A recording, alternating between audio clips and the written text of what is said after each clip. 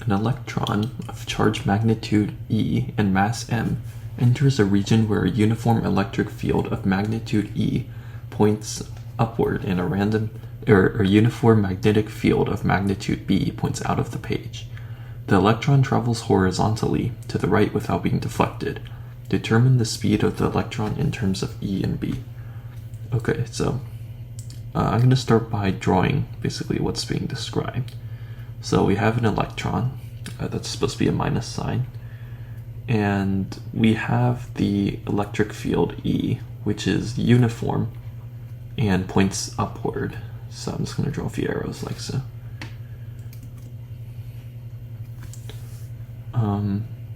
The electron is traveling to the right horizontally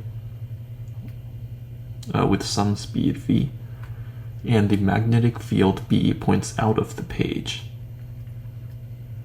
So this is B, and it's a uniform magnetic field. So this is basically the situation here. And we want to find what speed this electron is supposed to have such that it stays moving in a horizontal line without being deflected either up or down or in any other direction. So let's start by figuring out the forces acting on the electron due to the magnetic and electric fields. So let's start with the electric field. So the force due to the electric field is just given by the charge times the electric field. And force is a vector, so this will have a direction as well. So in this case, our Q, our charge, is just negative E, and it's negative since it's an electron. And so the direction will be opposite that of E. So the direction of the force is going to be in the negative direction of the electric field E. So the force is going to be pointing downwards. And now we can just find the magnitude of this force.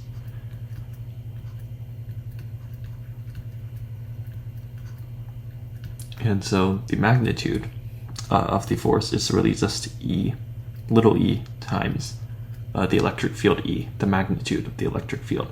And the direction is pointing downwards, as we have already found. And now we can do the same for the magnetic field. So the force due to the magnetic field is given by Q, the charge, times the cross product of V and B, the magnetic field. And so if we use the right-hand rule, where V is pointing this way and B points out of the page, then we find that the force is pointing downwards. But we have that Q is actually equal to negative E. So in fact, the force is not pointing downwards, it's actually pointing upwards since the electron has a negative charge. So the force due to the magnetic field points upward and not downwards.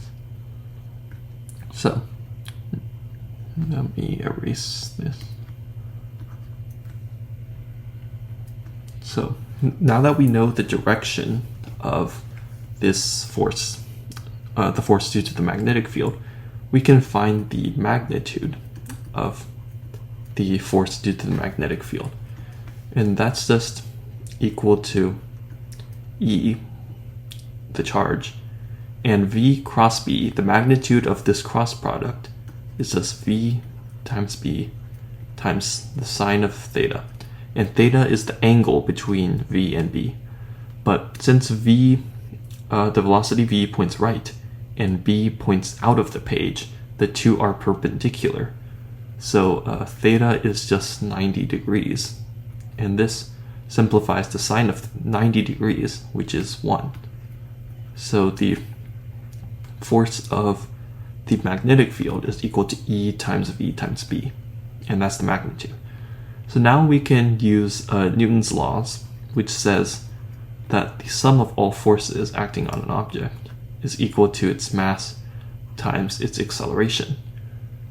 And so we want the acceleration to be 0, since we don't want the charge deviating from its current horizontal path.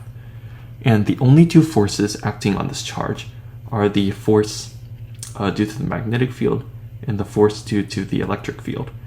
And if we take upwards as the positive y direction, then we have that the force due to the magnetic field minus the force due to the electric field is 0. And now we can just plug in the magnitudes we found earlier. So the force due to the magnetic field is EVB, and the magnitude of the electric force is just E, little e times big E. And now these little e's cancel, and we can solve for V to get that V is equal to the electric field E over the magnetic field B. And that would be our answer. And now just one more thing, we can actually check the units of our final expression to ensure that we're not completely wrong and end up having different units on both sides. So this is our final result. And so the units of velocity are meters per second, since it's just the speed. And let's see if we can figure out what the units of E over B are. And if this turns out to also have units of meters per second, then we know that we're on the right track and that this would be a plausible equation. So the units of the electric field E are newtons per coulomb. And this comes from the equation, the force is equal to the charge times the electric field. So E, if you rearrange this, E becomes F over Q. And F has units of newtons and Q has units of coulombs. So that's how we get the units of the electric field. And B has units of teslas, but we want to be able to express teslas in terms of other units, say maybe like newtons and coulombs, so that they could potentially cancel out. So if we go back to our equation, that F equals QVB sine theta, and this is the magnitude of B. I'll clarify this FE, this FB. We can solve for B, and that gives us F over QV sine theta. And now we want the units of B, which is really just the units of this expression here. So a Tesla is just really a newton over a coulomb times a velocity has units of meters per second. And sine of theta is just a number, so it's dimensionless and does not matter here.